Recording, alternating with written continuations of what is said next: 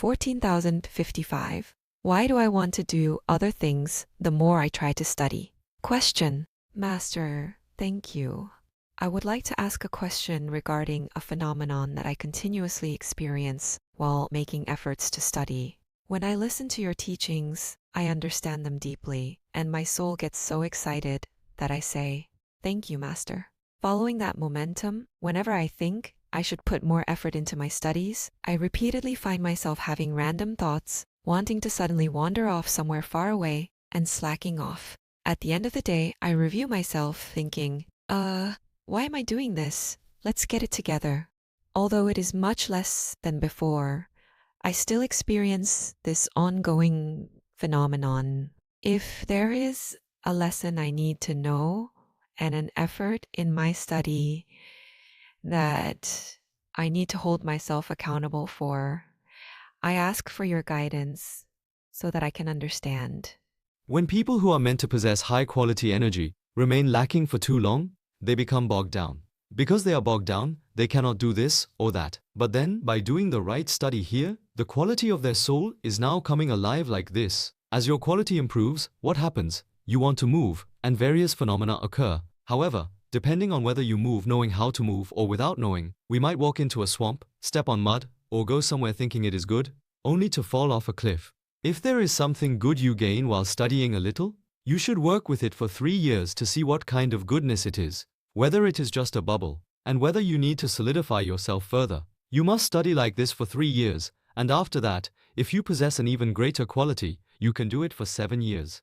Instead, what you do in the honest year will be different from the 12th year, and doing it while engaging in activities will also be different. Studying for 3 years and 7 years, this is the basic study. What we call societal study. Spiritual study is precisely this societal study.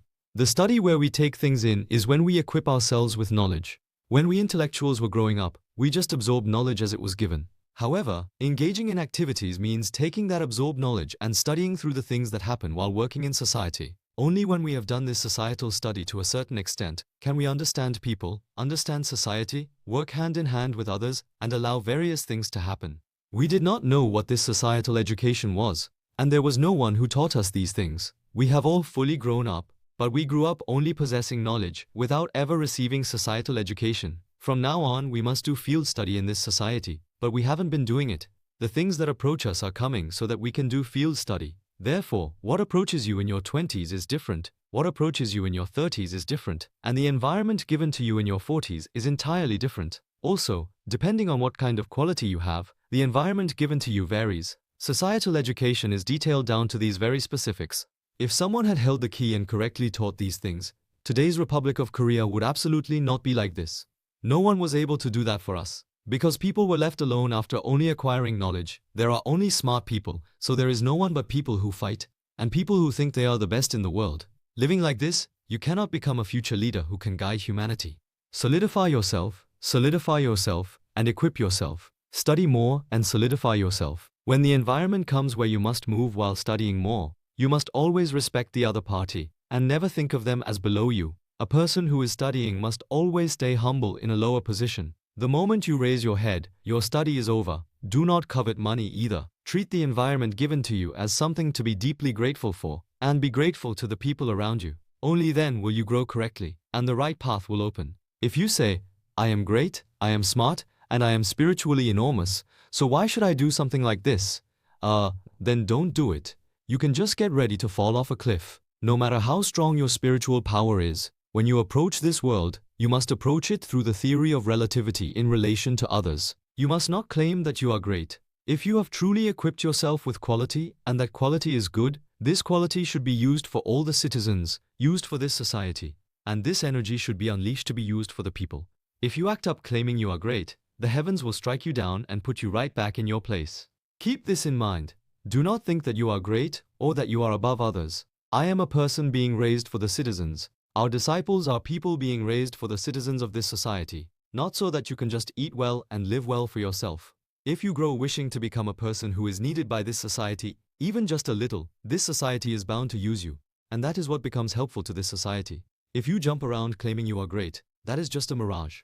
God's spirits will come in and say, "Let's do this, let's do that," and then you will become a crazy person. Plain and simple.